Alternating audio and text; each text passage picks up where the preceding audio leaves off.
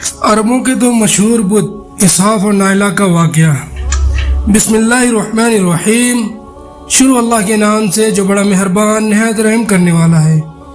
عربوں کا ایک مشہور بت جو صفا اور مروہ پہاڑیوں پر پوجا جاتا تھا، یہ وہ بت تھے جسے لوگوں نے اپنے ہاتھوں سے نہیں تراشے تھے، بلکہ یہ جیتی جاگتی حقیقی انسان تھے۔ انہوں نے خانہ کعبہ کے اندر ایسا کیا جرم کیا جس کی وجہ سے اللہ نے انہیں ایسا خوفناک عذاب دیا جو آنے والوں کے لیے عبرت کی نشان بن گئی۔ جب سے خانہ کعبہ تعمیر ہوا تب سے لے کر اب تک جس نے بھی بیت اللہ کی بے حرمتی کی یا بے حرمتی کرنے کی کوشش کی تو اللہ نے ان کا حشر کیا کہ رہتی دنیا تک عبرت کا نشان بن کر رہ گئے، پھر چاہے وہ دنیا کا طاقتور بادشاہ ناک کٹا رہا اور اس کے ہاتھیوں کا لشکر ہی کیوں نہ ہو۔ اس کے علاوہ تاریخ میں کئی ایسے واقعات ملتے ہیں کہ جنہوں نے کعبہ شریف کی بے حرمتی کی اور ان کو اللہ نے دردناک عذاب دے کر تباہ کر دیا۔ اس کی ایک مثال اسحاق و نائلہ ہے۔ اسحاق بن یالا اور نائلہ بنت زید دراصل قبیلہ بنی جرحم کے مرد زن تھے۔ نائلہ خوبصورت اور حسین لڑکی تھی جو اپنے قبیلے میں یمن سے کسی علاقے میں رہا کرتی تھی۔ یہ خوبصورت حسینہ قبیلہ بنی جرحم میں اپنے حسن کی نمائش کیا کرتی تھی۔ وہ فاحشہ لباس پہن کر گھر سے نکلتی اور قبیلہ کے نوجوان اس کے پیچھے پیچھے چلتے۔ ہر کوئی اسے تعلقات بنانا چاہتا تھا۔ انہی لوگوں میں قبیلے کے سردار کا بیٹا شامل تھا جس کا نام اسحاق بن یالا تھا۔ اسحاق اور یالا آپس میں محبت اور یہ محبت بہت ہی جلد ہوس میں بدل گئی۔ انہوں نے آپس میں ناجائز تعلقات قائم کر لیے اور جب کبھی موقع ملا تو دونوں زنا میں مشغول ہو جاتے۔ اس طرح یہ سلسلہ یوں ہی چلتا رہا۔ جب ان کے گھر والوں کو اس کا علم ہوا تو وہ ان کے خلاف ہو گئے، جس کی وجہ سے ان کے ملنے پر پابندی لگ گئی۔ ایک دفعہ کا واقعہ ہے کہ بنی جرحم کا ایک قافلہ حج کرنے کے لیے مکہ کے لیے روانہ ہوا تو یہ دونوں بھی اس قافلے کے ساتھ حج کے لیے چل دیے۔ قافلہ مکہ پہنچا اور یہ حج کے ایام تھے۔ انہی دنوں کا واقعہ ہے کہ ایک روز کعبہ میں لوگوں کی تعداد بہت کم تھی اور آس پاس کوئی بھی موجود نہ تھا، لہذا شیطان نے ان کے دلوں میں وسوسہ ڈالنا شروع کر دیا۔ وہ دونوں خانہ کعبہ میں داخل ہو گئے اور اس تنہائی کے عالم میں زنا کرنے لگے۔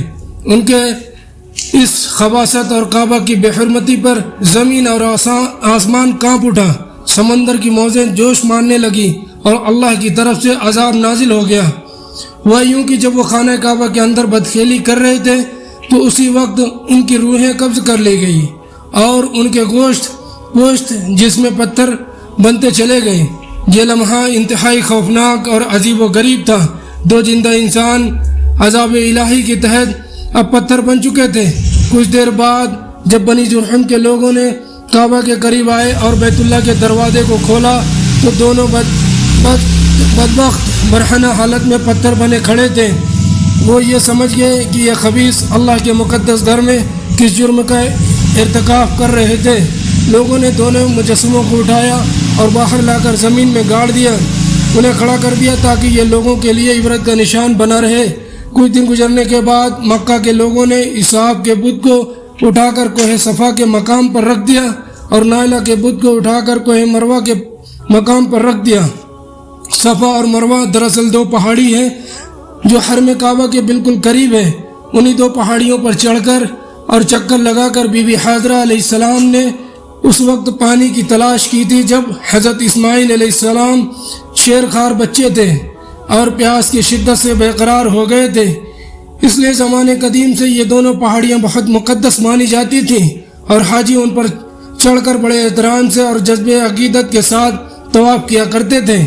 جب اسحاق اور نائلہ کے بت کو صفا اور مروہ پر رکھا گیا تو ان کی سزا یہ تجویز کی گئی کہ جو شخص بھی صفا اور مروہ پر جائے وہ ان دونوں بتوں کو ایک ایک جوتا مارے۔ دو نسلوں تک یہ عمل جاری رہا۔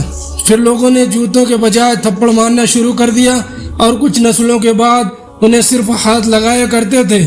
اس طرح وقت گزرنے کے ساتھ لوگوں نے ان کے عبرت حاصل کرنا کم اور ان کی تعظیم زیادہ کرنے لگے، یہاں تک کہ ایک وقت ایسا آ گیا کہ عربوں کی جاہلیت کے بنا پر ان کو محبت کی علامت قرار دینا شروع کر دیا گیا، اور قبیلوں میں ان دونوں کے عشق کی داستانیں کو بڑے فخر سے بیان کیا جانے لگا۔ آہستہ آہستہ یہ محبت کی دیوی اور دیوتا قرار پائے۔ 5ویں صدی تک اسحاف اور نائلہ کے اس بت کو عربوں کے بڑے بتوں میں شمار کیا جاتا تھا، جن کے آگے لوگ سجدہ کیا کرتے تھے اور قربانی بھی چڑھاتے تھے۔ حضرت زید بن حارث رضی اللہ تعالیٰ عنہ بیان کرتے ہیں کہ زمانے جاہلیت میں جب مشرکین مکہ بیت اللہ کا طواف کرتے تھے تو اسحاف نائلہ کے اس بت کو چھوتے تھے۔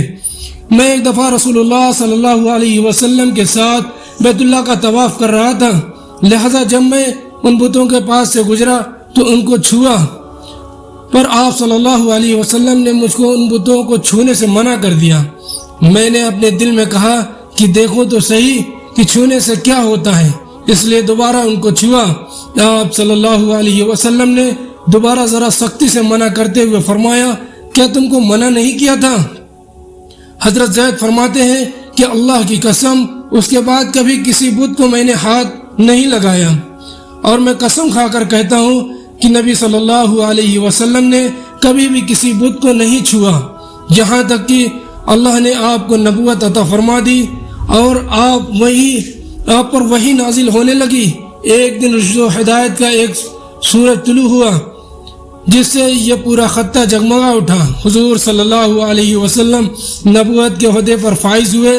آپ صلی اللہ علیہ وسلم نے دعوت و تبلیغ کا کام شروع کر دیا۔ 10 ہجری میں جب اللہ نے عرب میں دین اسلام کو غالب کر دیا اور محمد صلی اللہ علیہ وسلم نے مکہ کو فتح کیا تو آپ فتح کے بعد حرم شریف میں داخل ہوئے اور اپنے بھائی حضرت علی کے ساتھ مل کر تمام چھوٹے بڑے بتوں کو توڑ ڈالا۔ آپ بت توڑتے جاتے اور یہ فرماتے جاتے، حق آ گیا اور باطل مٹ گیا۔ بے شک باطل کو مٹ جانا ہی تھا، یہاں تک کہ خانہ کعبہ تمام بتوں سے پاک ہو گیا۔ پھر آپ صفا اور مروہ پر تشریف لے گئے اور اسحاف نائلہ کے اس بت کو اپنے مقدس ہاتھوں سے توڑ ڈالے۔ ہم نے دیکھا کہ اسحاف نائلہ کے اس بت کو لوگوں نے بطور عبرت صفا اور مروہ پر رکھا تھا، لیکن شیطان نے انہیں ایسا گمراہ کیا کہ وہ ان کی پوجا کرنے لگے۔